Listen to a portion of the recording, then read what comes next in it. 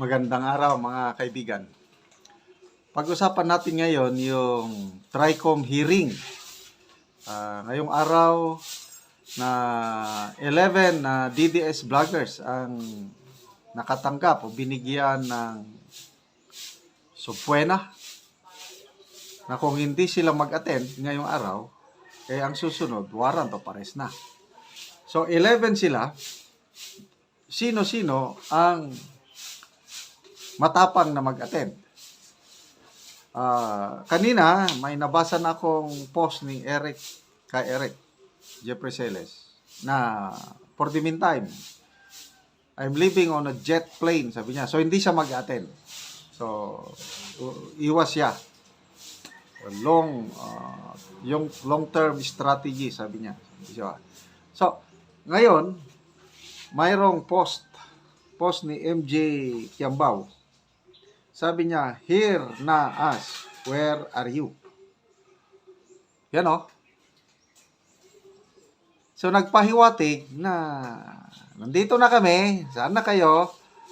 Ibig sabihin, may kasamahan pa silang mag-attend. Kasi where are you, hinahanap eh. So, ang alam ko yan, yung nasa gitna, si Dr. Ethel Pineda, itong nasa, di ko sila kabisado ha. Sino ba? Ito, parang ito si MJ Kiambao o yung isa si Joey Dibebre. Correct me if I'm wrong. Ikuan nyo na lang. Ang kabisado ko si Dr. Ethel Pineda. So it's okay, ang isa diyan si MJ Kiambao. Hindi ko lang alam kung sino yung isa. Joey Dibebre. Wow! Ang tapang. Sila yung modern day Gabriela Silang. Salute to these modern day heroes. Tapang. So, kaabang-abang ngayon anong mangyayari. So, kay Eric is out. Let's support him through our prayers. Magtatago muna. Parang segunda attorney Roque na siya. Of course, si Maharlika, hindi yun nabigyan ba ng si Maharlika? Nabigyan ba ng subpoena? Si Sas Rugando Sasot, pinadalhan din siya ng subpoena, kaya lang paano siya maka-attend? Kaya nasa China man. So hindi ko alam anong mangyari kina Doc Lorraine Badoy, sino pa si Attorney Trixie Angeles. Tingin ko, baka mag-attend sila.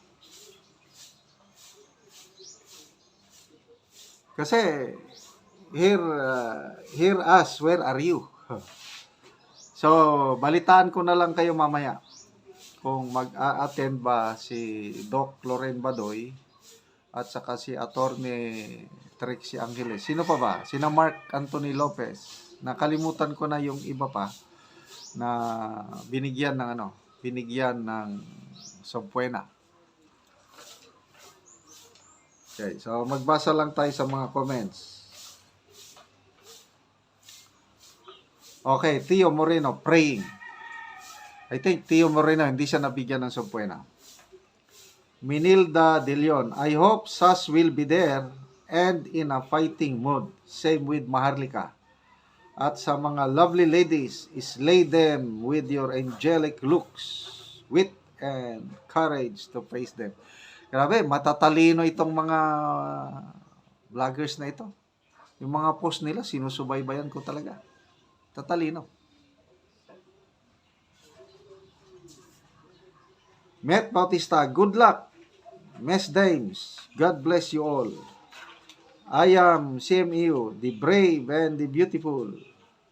Ana Lea Velasco, the beautiful brave warriors of our country today.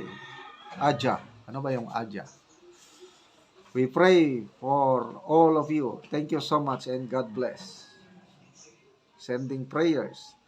Si Miss Joey yung isa, yung nakasalamin. Miss Joey.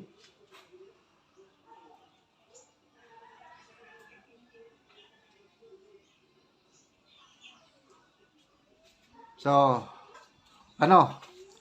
sana walang makontempt. ako, personal, ano ko lang ito, kinakabahan ako dito kay Miss Joey Dibibre. Dahil galit na galit si, ano sa kanya, si Congressman Abante. Pati si Doc Loren Badoy. Si Attorney Trix Angeles, sa palagi ko hindi nila kayang ano yan, palaban yan. So, ito na yung battle of freedom of expression. Fake news. Ano bang fake news? Sino bang nagpapakalat ng fake news? Example, ang kaso ni First Lady Lisa Araneta Marcos. Sinasabi nila na nandito na sa Pilipinas. Ang allegation, nandun pa siya sa US. Na-hold siya ng US authorities. Kailang dumating na daw noong pang March 11, ngayon March 21 na. Ang palagi lang ipinapakita are pictures. Ultimately, nagpakita sila ng video clip na nasa isang ceremony siya ng Philippine Coast Guard. Kailang maraming nakapansin na old event na daw yun, last year pa. So, ano ba talaga? Nandito na ba o wala? Yung sinasabi nandito na, ipakita nyo. Kasi kung wala kayong maipakitang live interview, sinong nagpapakalat ng fake news? Mismo ang presidente. Anong sabi niya?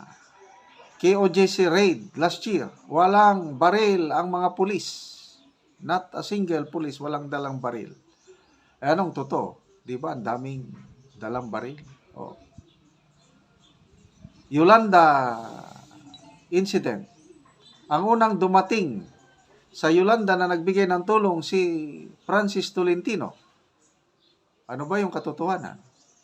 Di ba si then Mayor Rodrigo Roa Duterte. So, sino bang nagsasabi ng totoo? Sinong nagpapakalat ng fake news? Anyway, good luck sa mga ladies na ito, yung tatlo na sigurado nang mag-attend at malalaman na lang natin mamaya sino yung kasama nila haharap sa ano. We hope that Sas Sasut will attend via Zoom. That's the only way na maka-attend siya. Okay, mga kaibigan, salamat sa inyong pagtangkilik sa ating channel. Nakakatulong kayo ng malaki sa tribong Talandig. Ang ating income, nagbibigay tayo sa kanila ng livelihood assistance, nagpapatanim ng saging lakatan. Kung may tinanim, may aanihin. Panoorin nyo ang video na ito. Ron mo na ni ang tinanom ni Manoy Norio na saging lakatan. O nag-abono ang iyang bayaw. Niini, gitabangan siya sa pag-abono.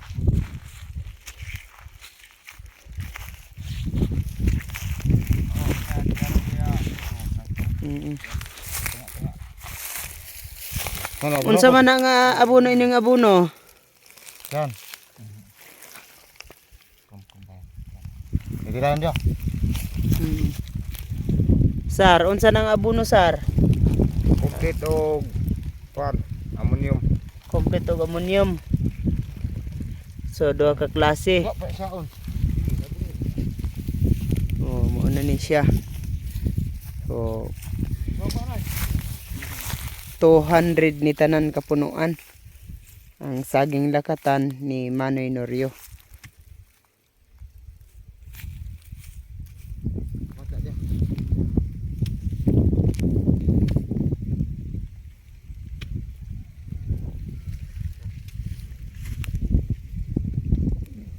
Pila ka sampaw?